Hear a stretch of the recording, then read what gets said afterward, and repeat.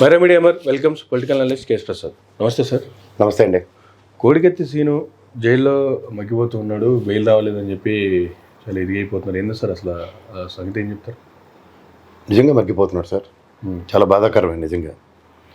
NIA కోర్టులో నడుస్తున్న వ్యవహారం అది ఫస్ట్ ఆఫ్ ఆల్. రెండోది, అతని బెయిల్ పిటిషన్ మీద తీర్పు రిజర్వ్ అయ్యింది. నాకు తెలిసినంత వరకు అండి, అంటే నాకు అతిరథ మహారాజులంత లాయర్లంత మేధాశక్తి నాకు లేదు కానీ సార్, నాకున్న అతి తక్కువ పరిజ్ఞానంలో అర్థమయ్యే భాషలోనే ప్రజలకు చెప్పాలి. ఏ కోర్టు ప్రొసీడింగ్స్లో అయినా సరే ఒక దగ్గర 99-100 రోజుల లోపున వ్యక్తికి బెయిల్ రావాల్సింది ఉంటుంది.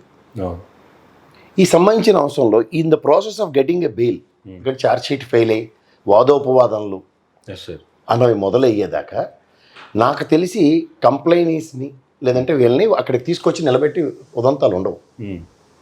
ఇది ఫస్ట్ ఎవర్ టైం నేను వింటున్నాను. జగన్మోహన్ రెడ్డి గారు కోర్టుకి వెళ్ళకపోవడం వల్ల సీనుకి బెయిల్ రావట్లేదని. దానికి సంబంధం ఉంటుందా? చాలా హాస్యాస్పదంగా ఉంది ఇది.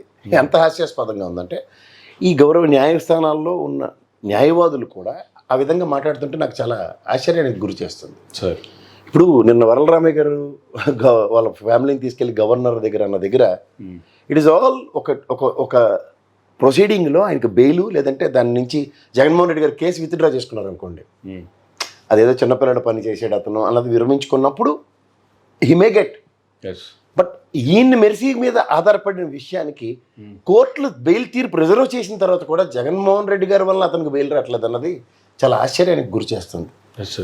ఇది ఎక్కడ విడ్డూరం? అసలు తెలిసి మాట్లాడుతున్నారా, తెలియక మాట్లాడుతున్నారు? దానికి తోడు ఈ భగోని ఛానల్ వాళ్ళు, ఈ పేపర్లో కూడా, ఒకటి ఈ పేపర్లో కన్నా ఒకటి పచ్చలు పెట్టుకునేవాడు ఒకడు, ఇంకోటేమో పేపర్లు వేసుకునేవాడు ఒకటి పెట్రోల్ బంకులు. వీళ్ళకి అసలు జర్నలిజం విలువల గురించి ఏమైనా తెలుసా సార్?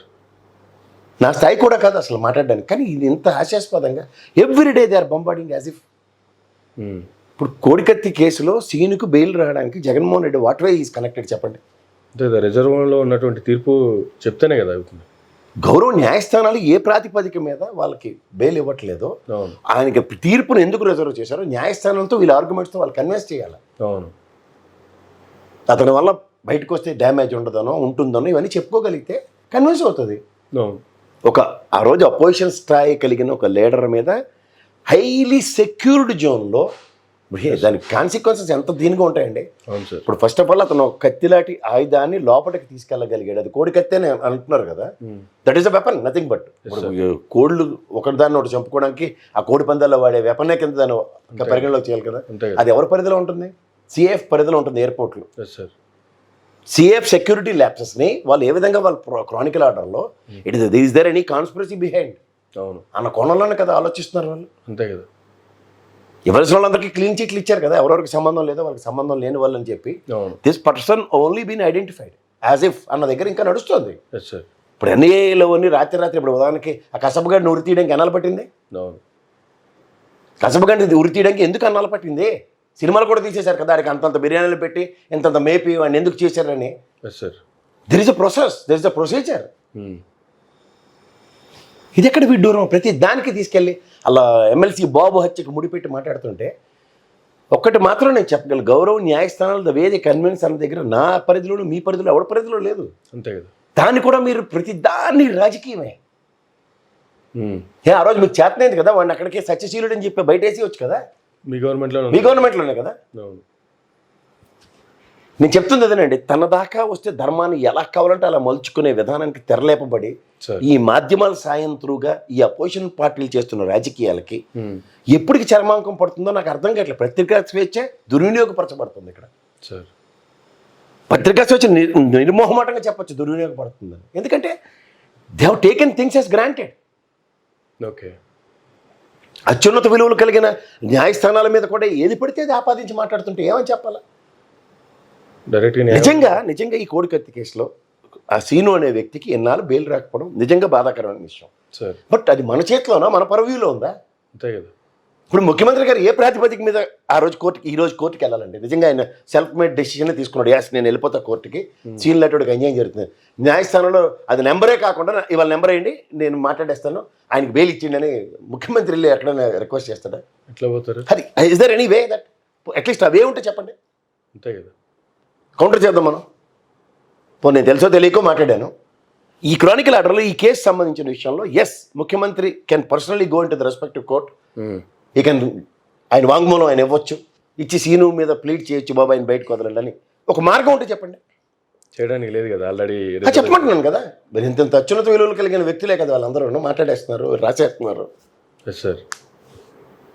వాళ్ళు హంగర్ స్ట్రైక్ చేస్తున్నారు. పెద్ద ఆవిడ తర్వాత బాబు అక్కడికి ఆ సీన్ అనే వ్యక్తి కూడా కుర్రాడు లోపల హంగర్ స్ట్రైక్ చేశాడు. We are not denying for it. వాళ్ళ హక్కుల కోసం వాళ్ళు పోరాడుతున్నారు. ఇది ఒక్కటి చెప్పగలనండి, ఎప్పటికైనా సరే ఒక సొల్యూషన్ ప్రాస్పెక్టివ్లో మాట్లాడతారేమో కన్విన్సింగ్ స్కిల్స్తో. అట్లీస్ట్ వాళ్ళ డెలిగేషన్ గవర్నర్ దగ్గరికి వెళ్ళి చాడీలు చెప్పి కన్నా గౌరవ ముఖ్యమంత్రి గారి దగ్గర can you show some mercy on this case withdraw చేసుకోనండి, అయితే అన్నయ్యకి మీరు ఒక కరస్పాండెన్స్ ఇవ్వండి, సీత్రు దట్ విల్ హ్యాపన్ అన్నది. ఒక్క దగ్గర నుంచి మెరడం అవ్వకుండా ప్రతిదీ రాజకీయంకి చేసేద్దాం, గవర్నర్ వ్యవస్థను ప్రేరేపించేద్దాం, లేకపోతే ఎన్ఐకి రిప్రజెంటేషన్ ఇవ్వండి. అంతే కదా. Security lapses has taken place. Security ల్యాప్సెస్ని అడ్రస్ చేస్తున్న విధానంలో కసబ్ కేసు ఎట్లా అయిందో ఇది కూడా అట్లాగే అవుతుంది. సంథింగ్ గోస్ రాంగ్, పొరపాటు ఆయన చనిపోయి ఉండొచ్చు. నీకు ఇప్పుడు దెబ్బ దగ్గర కత్తి సురుతాడు చదవడు, కష్టం ఇలా మీ మీదకి నేను కత్తి ప్రయోగిస్తాను, జస్ట్ మీకు ఇలా గ్లిమ్సెస్లో ఇట్లా తగలొచ్చు. దానికి అరే హత్య ప్రయత్నం కాదు, అది పొరపాటున కత్తితో ఆడుకుంటూ నాకు చిన్న గీత పడిందంటే ఎవరు ఒప్పుకుంటారు? నేను ఒప్పుకుంటా పోని, నీకు నాకు ఉన్న పర్సనల్ ర్యాపలో. ఆయన ఆ కోడికత్తి సీను జగన్మోహన్ రెడ్డి గారు ఏమైనా గోళికలు ఆడుకునే బ్యాచ్ ఫ్రెండ్సా? అంతేగా. ఏదో మా ఫ్రెండ్ లేని పొరపాటున ఏదో అనబోయి నాకు తగిలేసింది అని పాసిఫై అవ్వడానికి ఎవరు కదా. ఒక ఎయిర్పోర్ట్లో రక్షణ వ్యవస్థ పరిధిలో ఉండి ఒక opposition leader equal to cabinet minister rank ఉన్న జగన్మోహన్ రెడ్డికి ఆ మూమెంట్లో జరిగింది. దానికి అది చిన్న విషయమే, లేకపోతే తీసి పడేయవలసిన విషయమే, కానీ దానికి ఒక ప్రొసీజర్ డ్రివెన్ అయింది కదా. అంతే కదా. త్రూ ఎన్ఐఏ దర్యాప్తు జరుగుతుంది, ఎందుకంటే అది సెక్యూరిటీ జోన్. అవును సార్. ఇవి తెలిసి మాట్లాడుతున్నారో తెలియక మాట్లాడుతున్నారో ప్రజల్ని ప్రతి నిమిషం పక్కదారి పట్టించడానికి ఒక మోటివేషన్స్ తీసుకున్నారు. వాళ్ళకి ఏంటంటే అమాయకుడు ఎన్టీ రామారావుని పదవిచ్యుతుని చేసిన ప్రాసెస్లో ఈ తెలుగుదేశాన్ని భూలో కప్పెట్టేసే దాంట్లో అక్కడ జరిగిన ఒక దాష్టికానికి అప్పుడు ఇంకొక మాధ్యమాలు లేక ఈ పచ్చల్లో నమ్ముకుని ఏదైనా రాజకీయాలు చేసి వచ్చేవాడు శాసించేస్తాయని ఒక భ్రమలో చాలా రోజులు బట్టి బతుకుతున్నారు అందరూ. Yes sir. ఆ రోజులు పోయే. చంద్రబాబు నాయుడు గారు చెప్పినట్టు ఇవన్నీ ఒట్టిపోయిన గేదెలు. ప్రస్తుతం జరుగుతున్న రాజకీయాలకి వీళ్ళకి సంబంధమే లేదు. వీళ్ళు ఎంతసేపు వీళ్ళ స్వార్థ ప్రయోజనాలు, వీళ్ళు వేలకు వేలు కోట్లు ఆస్తులు కూడబెట్టుకోవడానికి ఒక రాజకీయ వ్యవస్థను వీళ్ళు వాడుకున్నారు. వాడుకుందంటే వీళ్ళకి ఎంత స్థాయిలు పెరిగాయి, అంతకుమించి ఇంకేమీ లేదు దీంట్లో. ఆంధ్రప్రభ ఇలాంటి పేపర్లు అన్నీ ఉన్నాయి, వాళ్ళు అంత ఇబ్బందులు ఎందుకు పడుతున్నారు? ఆచ్ఛేదనలు, పర్ఫెక్ట్ ఆచ్ఛేదనలు ఒక్కొక్క గవర్నమెంట్లో వీళ్ళు చేస్తున్న లాబింగ్లకి లెగసీలకి వీళ్ళకి ఆచ్ఛేదనలు దొరుకుతున్నాయి, సర్వైవ్ అయిపోతున్నారు. But what is this? సరే రాయండి, రాతలు రాయండి, ఎవరు బాధపడం, నిజమైన వార్త రాయండి, ఎవడు బాధపడం. దానిలో ఉన్న నిజ నిర్ధారణ అన్నది మీరు జర్నలిజంలో, ఇన్వెస్టిగేటివ్ జర్నలిజంలో చాలా ప్రణాళిక తెగించి మంచి మంచి విషయాలకు ప్రజలకు పరిచయం చేసిన ఉదంతాలు ఎన్నో ఉన్నాయి చరిత్రలో. కానీ ఎంత ఘోరమా? న్యాయ వ్యవస్థ మీద అవగాహన లేదంటే మీకు ప్రతి దాని మీద అవగాహన ఉన్నట్టుగా మీరే చెప్తారు కదా. కూర్చోబెట్టి మాట్లాడించిన వాళ్ళందరూ వాళ్ళే కదా. అవును, పార్టీలు కూడా పెద్ద పెద్ద లీగల్ టీంలే ఉంటాయి కదా. కానీ వాడేసుకుంటారు. అనువుగా దొరికింది కాబట్టి ఇది ఒక రాజకీయం చేసేయడానికి ఒక ఇన్స్ట్రుమెంట్ కింద నేను వాడేద్దాం.